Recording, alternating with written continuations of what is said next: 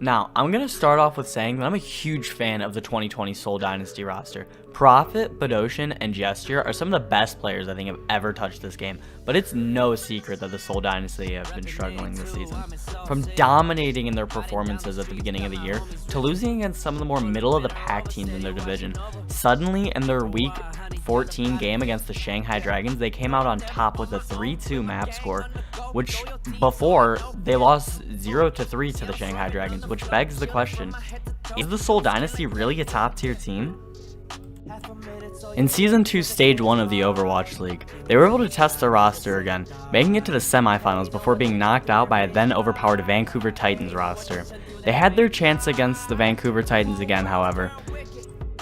In the stage playoffs, they were knocked out to the losers bracket after another 4-2 loss to the Titans. As soon as they were knocked down, they took another loss to the Hangzhou Spark, 4-1. Coming into the third season of the Overwatch League, they lost a lot of their roster, including some of their top tier players such as Fleta and Ryu Jae-hong.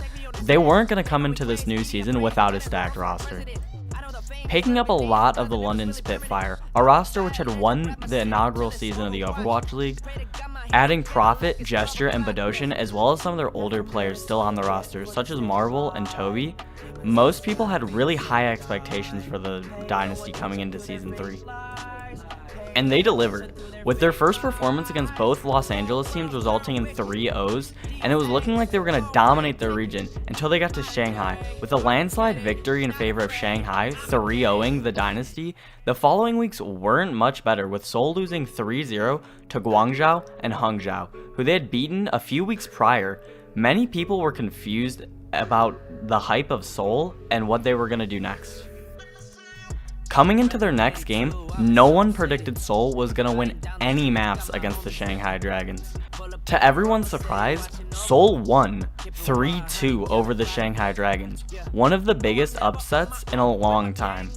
It seems like the Seoul Dynasty have a lot of problems right now, from consistency in their matches to adaptability mid-map, but when they can play their game the way they want to play it, I think Seoul have proven they're one of the top teams in their division, if not the league, setting up their DPS and supports in amazing spots, and their tank's aggressive playstyle, securing picks and teamfight wins from a roster that's filled to the brim with talented players. I think if Seoul can fix some of their bad habits and keep playing to a level we know they can perform at, they are capable of being a top tier in the league.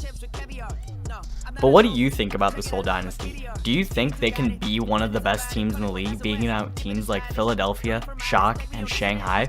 Or do you think they're going to fall to more of a middle-of-the-pack team, dropping maps to all of them and not being able to make it in the playoffs? Let me know in the comments down below.